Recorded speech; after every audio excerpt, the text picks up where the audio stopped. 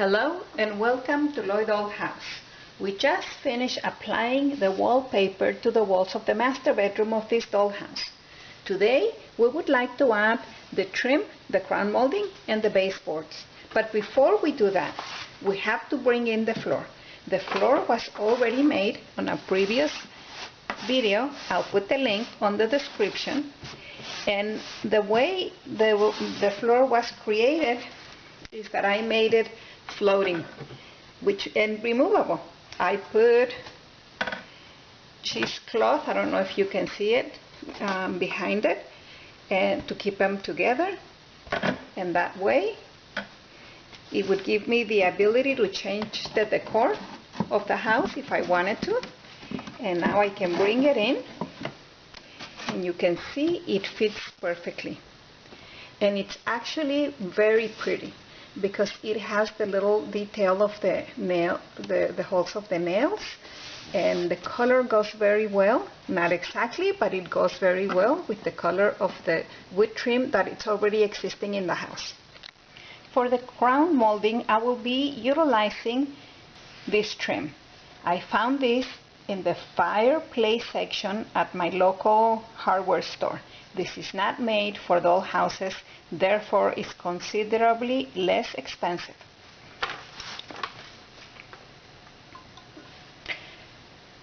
This is the stain that I have selected, cherry, because I want to stay within the theme, within the area of the color of the wood that's already in the house.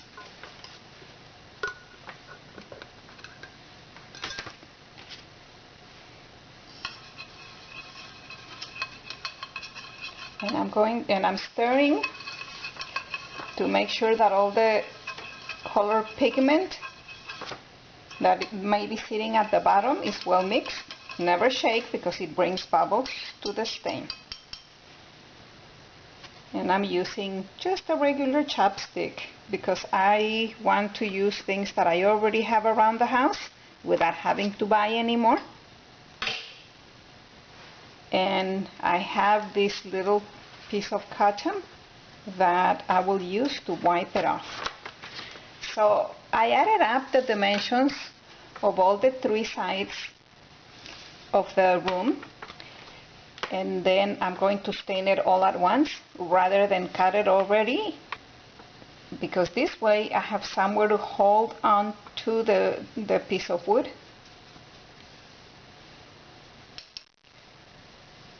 And even though the back side is not going to be visible, but I still like to apply the stain in case any part of it shows. I put a piece of paper underneath because the possibilities that I am going to stain my surface are about 100%, so I want to protect it. I'm wiping off the excess, and it has attained a very nice color. The stain has been applied to the entire piece of crown molding and it's already dry.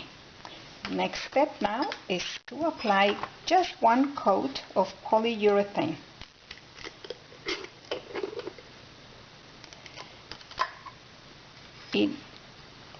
This is only semi-gloss, but it will protect the stain as well as the wood.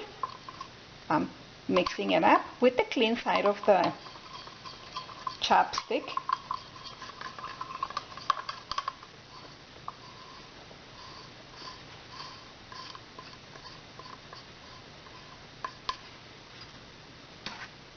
And with a different brush, don't use the same one.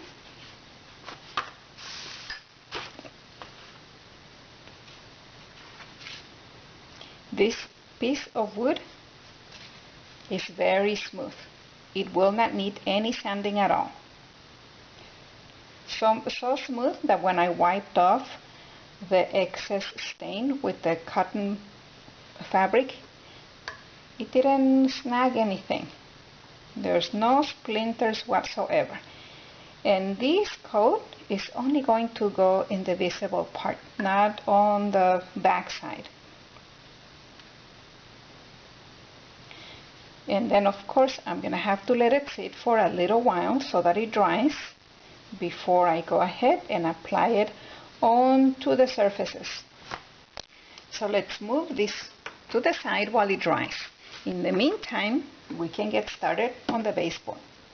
For the baseboard, I'm using basswood. And this particular one is very thin. It's only 1/32 of an inch. The reason I selected this thin is because I don't want to lose any real estate on the floor of the room because it's already small as it is. But I can go wide. I'm going all the way to 3/4 of an inch in thickness. So basically I'm repeating the same steps that it took for the crown molding. This one though, I'm going to have not only cut the length but also the height. Okay, so it's going to be 3/4 of an inch all the way. Okay, it's better if you use a metal ruler, because if you don't use a metal ruler, sometimes if your blade is too sharp, it also wants to cut the ruler. But I don't have one handy right now, so I'm going to use what I have handy.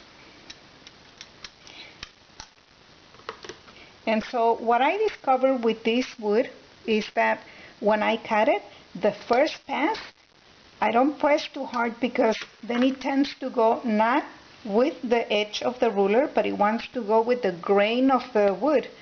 And I don't want that because that, of course, is not going to be a precise cut. So the first pass is, I don't press too much.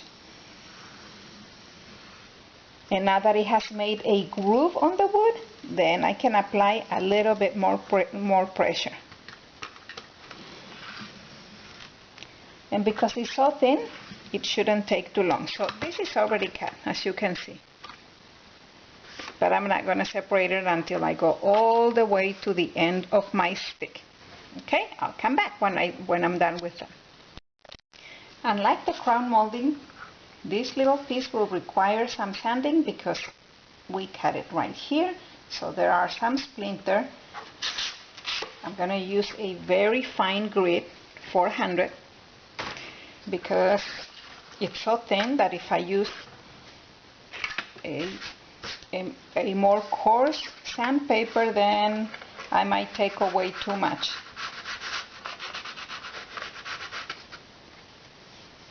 I just want to be able to run my fingers alongside the edge and not feel any splinters.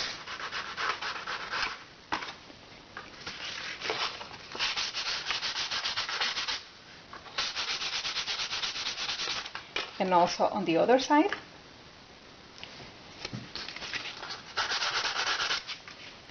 I have achieved the desired smoothness of the edges. I can run my fingers alongside of it and I don't feel any splinters.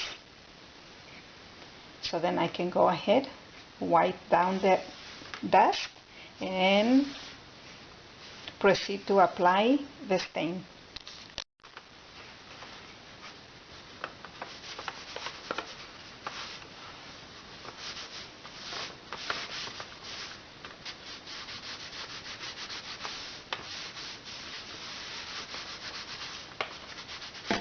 Beautiful.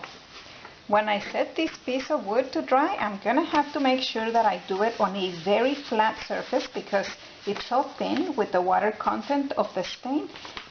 I'm pretty sure it's going to want to warp a little bit. So it is my responsibility to make sure that it stays straight.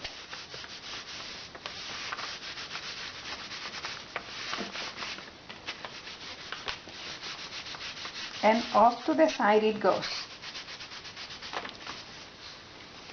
Well, just gotta make sure the top, even though it's so thin, but it still has to have color.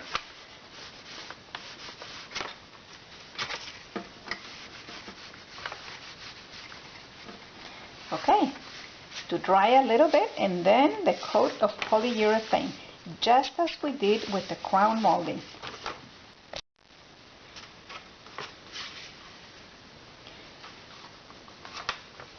Here's the coat of polyurethane, and it goes on very nicely. You can see, you can appreciate the color that it has attained. This is going to be perfect for this room.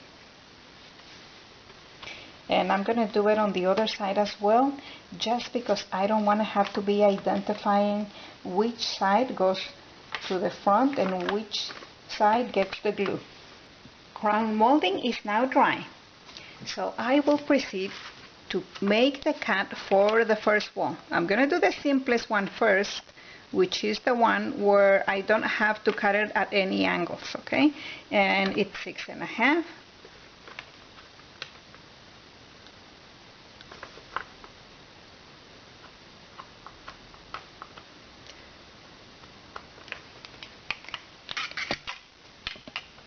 My cutting piece of wood, and then this is my easy miter box. Okay. This guy helps me cut the pieces straight.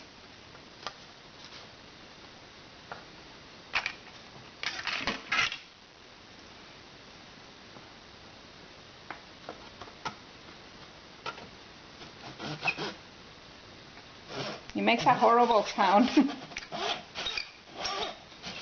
So I'm going to come back when I have it already cut. Here is my piece already cut, but as you can see, this is a little bit rough. So I'm going to have to sand it, and I also have to stain it on both sides.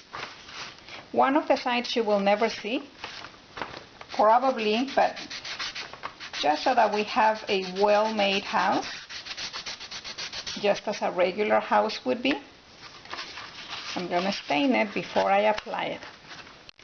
And here is where the easy miter really comes in handy, because the third piece is going to be cut at an angle. So I'm going to do a 60-degree cut.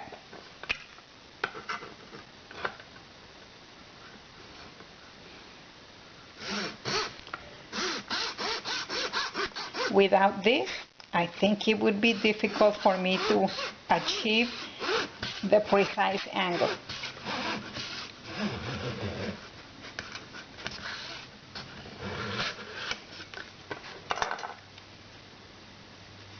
See, just a little bit of sanding right here, but now I have the angle that I need.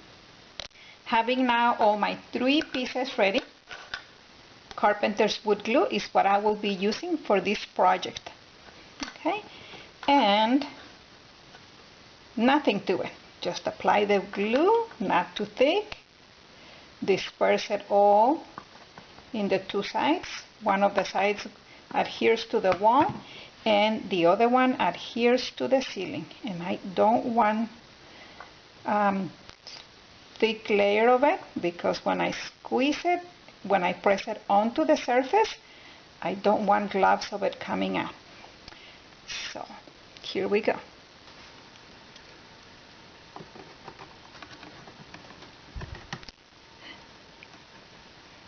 And I want this corner to be very flush with the wall itself. And all I have to do is press it until I think I can leave it alone for a little while. I have set up 2 clothespins to hold the piece of wood together in place until it dries. These are they're not very strong. They will not bruise the wood. So that's why I like to use them for projects such as this one. Having already installed the crown molding, now same thing to the baseboard.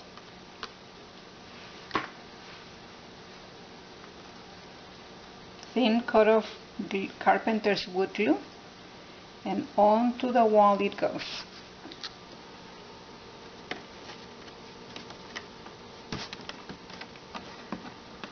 so much for having created a floor that is removable.